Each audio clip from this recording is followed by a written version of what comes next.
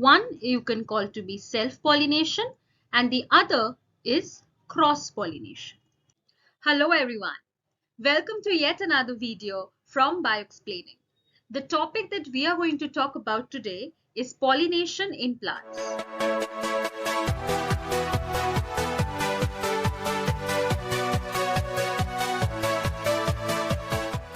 So for a very quick recap about the structure of a bisexual flower, a flower has four whorls. What is the first whorl? The first whorl is the calyx, which has individual units known as the sepals. The second whorl is the corolla, which has individual units known as the petals. The third whorl is the male part of a flower and we call it to be the androecium, and the individual units of the androecium is the stamens. Then the fourth whorl is the female reproductive part of a flower that is known as the gynoecium, and the gynoecium has individual units that we call to be the pistil, or sometimes also known as the carpel. Right? Now, functionally, what does the androecium do? The androecium produces the male gametes. Right? What does it produce? It produces the male gametes, and we call the male gametes to be the pollen grains. On the other hand, what does the gynoecium produce? The gynoecium produces the female gametes. And what are the female gametes in plants known as? If you can remember from our previous videos, the female gametes in plants are what we call to be the ovules, or in simple words, we can also refer to them as the eggs. Right? So with this concept in mind about the four whorls and what do the female and the male reproductive parts produce, let us now actually dive into the topic of pollination. Okay. So what is pollination? Pollination refers to the transfer of pollen grains from the anther to the stigma of a flower. So what does it mean? It means that the anther is a part of the male reproductive part of a flower, right? That is, it produces the pollen grains, and the pollen grains are what we call to be the male gametes of a flower. So these male gametes are transferred from the male reproductive part of a flower to the female reproductive part. And what is the stigma? The stigma is the receiver that is present in the gynoecium, which is the female reproductive part of the flower. If you can remember that if this is the structure of a pistil, then this part at the basal part is the ovary, then the slender part is the style, and this on top, this part, this is the stigma.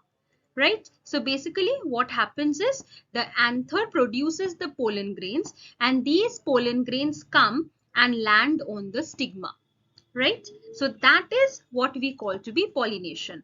The transfer of pollen grains from the anther, meaning the male part, to the stigma, referring to the female part of a flower. And pollination is what we call to be the first step for the formation of seeds. Because after pollination happens, the pollen grains are going to further go down, meet the ovules, then they are going to fuse, further processing will happen, and ultimately when a fruit is formed, there will be seeds inside it, right? So hence we say that this pollination is the first step towards the formation of seeds. Fine. Now let us talk about the different types of pollination, right? So broadly talking about the types of pollination, we have two separate types. What are they? One you can call to be self-pollination, and the other is cross-pollination. So in this video, we are going to focus on self-pollination. But for now, let us understand what these two are, in a very simple way. Okay. So see, what I've tried to do here is, I've tried to show you two plants of the same species. Say this is plant 1 and say this is plant 2. And make sure that they belong to the same species. Like for example, if plant 1 belongs to mango, plant 2 also belongs to mango. right? So they are of the same species. So the first type of pollination that I'm going to talk about is autogamy. So what is autogamy? Just consider this one flower, only this one flower that you have here, right? Only this one. So considering that this is a bisexual flower, let me consider that this is a bisexual flower, right? So if it is a bisexual flower, then what does it contain? It contains its male part and it also contains its female part, right? That means it has the stamen and it also has the pistil. So the first type of pollination is that inside a bisexual flower, the pollen grains that are produced by the anther are transferred to the stigma of that same flower, right? So what does this auto word mean? This auto means self and gamy means marriage. So autogamy means marriage within the self. So what does this mean in scientific terms? That within that same flower only, the pollen grains are being transferred from the male part, the anther, to the female part, that is the stigma. Are we good? Okay. So this is the first type of self-pollination that you have. Self-pollination can also be of another type.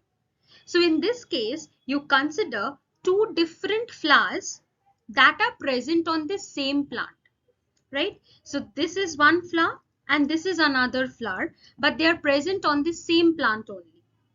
So what will happen is, from the anther of one flower, the pollen grains are being transferred to the stigma of another flower, but it is on that same plant.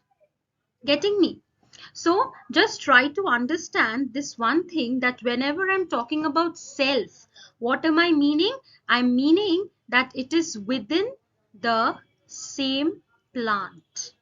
It's either within the same flower or between two flowers of the same plant. So within the same plant is the essential criteria for self-pollination. So this type is known as geitonogamy, right? So what does geitono mean? Geitono means neighbor and gamy means marriage. So these two flowers are neighbors, but they are present on the same plant. We are good to go. The next type of pollination is the cross-pollination. So wherever you find this word cross in pollination, what does this mean? This means to say that you are now considering between two plants altogether, but they need to be of the same type. What do I mean? I mean of the same species. Okay. That is, the pollens are being transferred from the anther of one flower to the stigma of another flower, which is altogether in a different plant, right? So we have got total 3 types of pollination. One is autogamy, one is geitonogamy. Both of these belong to the category of self-pollination. And the third type that you have is cross-pollination, which a lot of times is known as either xenogamy or it can also be known as allogamy. These are alternate terms for cross-pollination, right? Okay, so the real quick recap of what we just studied, that pollination is of two types, self-pollination and cross-pollination. Self-pollination is further of two types. The first one we studied is autogamy. That means within the same flower, pollen is transferred from anther to its own stigma. And the second type is geitonogamy. That means pollen is being transferred from the anther to the stigma of two separate flowers, but they are present on the same plant, right? So that is another category. And then what we have, the third type that we have is cross-pollination, and this cross-pollination is what we can also call to be allogamy. That is, the transfer is occurring from the the transfer is occurring from the anther to the stigma of two separate flowers. They are present on two separate plants, but they belong to the same species. Okay, so let us get started with self-pollination in a detailed way. So what is self-pollination? Just a recap. That is, it can be of two types. Autogamy, where pollen grains are transferred from anther to stigma of the same flower. and Cleistogamous, where pollen grains are transferred from anther of one flower to the stigma of another flower, but they are on the same plant, right? So self-pollination occurs due to similar or common genetic characters. And the genetic characters of all parts within a flower is obviously the same. What do we mean by this? That say you are talking about autogamy. When you're talking about autogamy, that means you are concerned about one flower. You're dealing with the same flower, just one flower, right? So which has all common genetic characters. That means that anther is producing pollen grains. It is going to the stigma. You do not have mixing of genetic characters here, right? And also, even if you talk about the Cleistogamous. So for this Cleistogamous also, you are here, what are you talking about? This is between different flowers, but same plant, right? So the entire plant, the same plant will be having similar genetic characters, right? That means that the general qualities, features, traits, whatever you call it to be, of all the flowers that are born on a same plant are very similar, right? So now for this self-pollination to happen, there are certain very necessary conditions. The first is bisexuality. That means in self-pollination, I'm talking about the fact that pollen of the same flower is going to its own stigma. That means the male part and the female part both need to be present in the same flower. It should be what? It should be a bisexual flower. Or alternatively, what can be the case? That say we have a plant and then there are different flowers, each of them are unisexual. Say one is staminate, has the male part, the other is pistillate, has the female part. So even in this case, from the male part to the female part, self-pollination can happen. That is, Cleistogamous can be occurred. Getting me? The second condition we have is homogamy. So when you see this word homo, what does homo means? Homo means same or uniform, right? That and gamy is marriage. So that means the anther and the stigma should be matured at the same time. Otherwise, say if the anther matures first, so it is going to produce the pollen grains, but the stigma has not matured. So even if the pollen grain lands on the stigma, it is of no use because the stigma does not have the ability to receive it and further process it. Or say alternatively, the stigma has matured and it is ready, but the anther has not matured. So the pollens will not be produced, right? So for successful self-pollination to happen, both the anther and the stigma must mature at the same time. There are certain flowers, bisexual flowers, which do not open at all. Even if the flowers are matured, they are completely closed. They are permanently closed. So these are bisexual flowers. That means they have their own pistil, their own stamen. So the anther and the stigma remain hidden and the flowers are closed. So anther and the stigma are all close to each other. That means self-pollination can easily occur, right? So such kind of flowers that remain closed, do not open at all, are Cleistogamous flowers. There are quite some examples. One you can see here, that is viola flowers.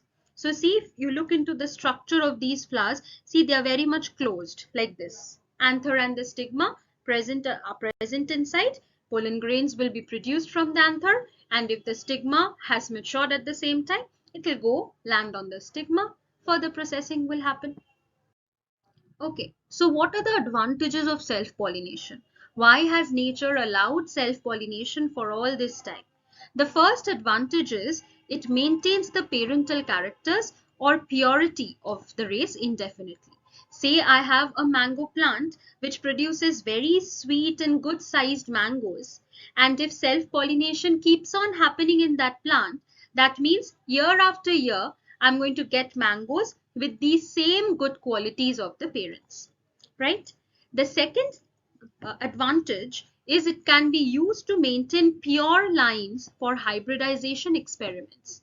Say I want to do some genetics experiment using tall plants and dwarf plants. So for that, I need pure lines. I need plants that breed true. So self-pollination is a way to get pure lines for hybridization experiments. The third advantage is that the plant does not need to produce large number of pollen grain, because the anther is producing it, pollen is landing on the stigma either within the same flower or a little distance in the same plant only, a different flower. So there is very less chance of wastage of pollen grains.